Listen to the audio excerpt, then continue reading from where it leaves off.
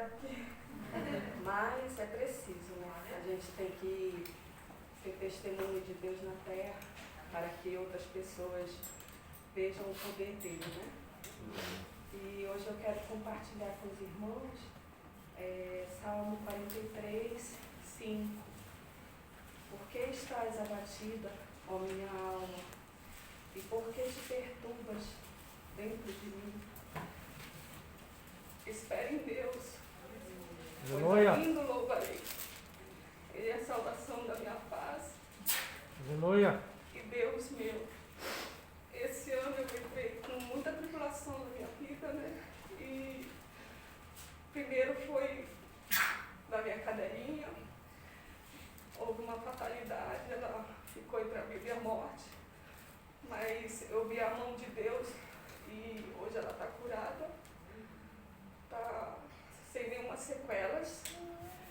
E depois dessa tribulação veio da minha mãe, que está com problema na tireoide, vai precisar fazer uma cirurgia.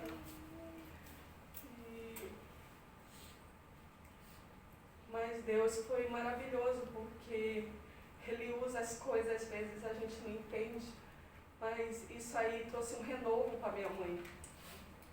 Porque eu dei várias Bíblias para ela quando eu estava no Brasil, e ela nunca teve vontade de ler. Ela sempre acredita no que ela ouve, né?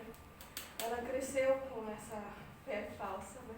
Então, isso aí, eu falei para ela, mãe, para a senhora ficar com o emocional forte, porque às vezes a doença, ela vem, mas ela passa. Só que se você não tiver com o emocional forte, ela abala. E chega até acontecer o pior. Então, eu disse, a senhora, quando você está com o emocional forte, a senhora tem que ler a Bíblia. Pois ela é uma espada de dois gumes. Ela vai fazer com que, mesmo que a senhora não entenda o que esteja lendo, o mal vai se afastar, né? Então, eu não esperava ela falar que ia ler, né? Mas ela falou, tá bom, vou começar a ler. Aí quando eu liguei para ela, ela falou, filha, eu estou lendo todo dia, eu estou adorando. Eu estou gostando muito de ler a Bíblia, aprender coisas que eu não sabia. E então, através disso aí, que a gente achou que era uma coisa ruim, Deus usou ela para essa doença, né?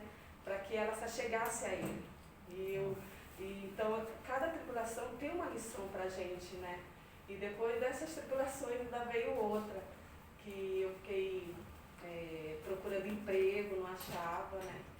E todas as portas se fecharam, como eu nunca tinha visto na minha vida. Então, eu pensei, nossa, mas todo lugar que eu ligo fala para esperar, e passou uma semana, 2 semanas, e nada. Mas é porque é tudo no tempo dele, temos que saber esperar, né? Esperar no tempo de Deus. E aí eu lembrei, eu falei, Deus está no controle, e quando a gente está em tribulação, a gente tem que ver o lado bom. Qual o lado bom da tribulação? É lembrar que o nosso Deus está no controle de nossas vidas, porque nossa vida pertence a Ele. Aleluia. Então, Deus foi tão maravilhoso, mas tão maravilhoso, que o meu emprego, Ele realizou um sonho para mim, que eu pedi há 2 anos orando, né?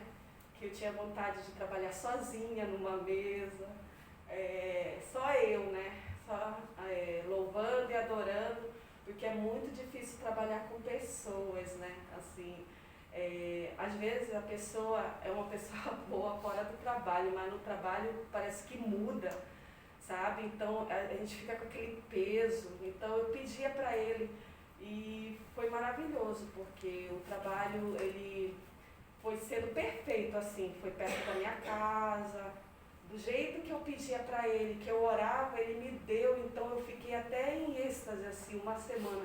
Eu falava, mas está acontecendo tudo isso mesmo, porque eu pedia e cada detalhezinho que eu tinha pedido, assim, foi tremendo. Então, amém. Todas as tribulações houve bênçãos. Aleluia. Todas elas, foram 3, né?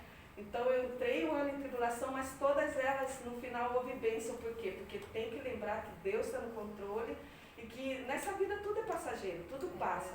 Na tribulação a gente tem que se firmar em buscar Deus, porque as outras coisas serão acrescentadas. Não ficar pensando no problema, no